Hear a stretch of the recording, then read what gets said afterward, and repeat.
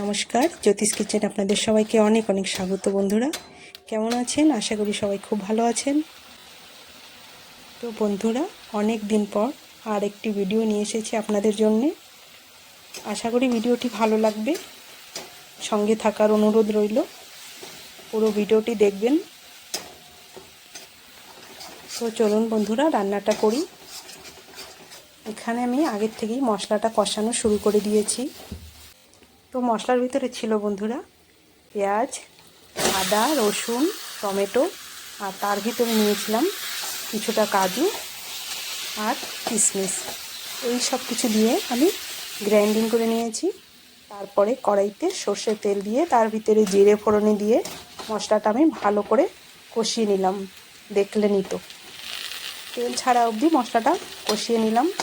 মশলা কষানো হয়ে যাওয়ার পরে আমি এই যে ম্যারিনেট করে রেখেছিলাম আগে, সেই চিকেনটা দিয়ে দিলাম। ম্যারিনেট করেছিলাম চিকেনটা আমি নুন আর হলুদ দিয়ে। তারপরে সেই চিকেনটা এবার ভালো করে কষিয়ে নিচ্ছি। এখন কষানোর পরে একটা আলু কেটে দিয়ে দিলাম। চিকেনটা বেশ ঢেকে ঢেকে অনেকটা সময় বসে আমি কষিয়ে নিয়েছি। এবার কষানো হয়ে গেছে, তার ভিতরে দিয়ে দিলাম জল। জল দেবো না, অল্প জল দিয়েছি। কেন কি চিকেন রান্নাটা হবে গা মাখা করে চিকেনটা রান্না করব, তার জন্যে খুব কম জল দিয়েছি।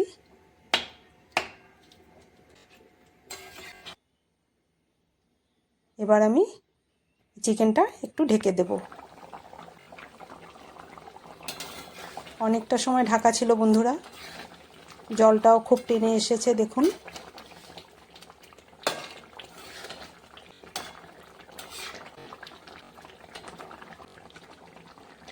চিকেনটাও ভালো করে সেদ্ধ হয়ে গেছে। এবার দিয়ে দিচ্ছি উপর থেকে গরম মশলা।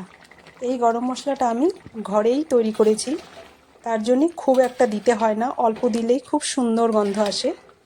গরম মশলাটা দেওয়া হয়ে গেছে। এবার আমি ভালো করে নেড়ে দিচ্ছি চিকেনটা, যাতে মশলাটা ভালো করে মিশে যায়।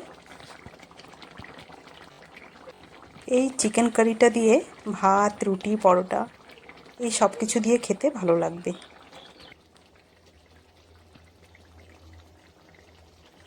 এই দেখুন বন্ধুরা, হয়ে গেছে পুরো চিকেন রান্নাটা।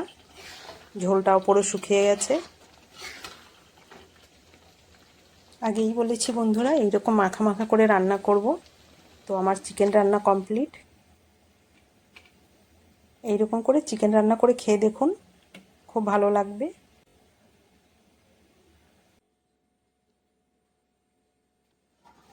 কেমন লাগলো বন্ধুরা?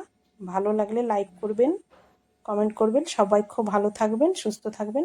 ধন্যবাদ।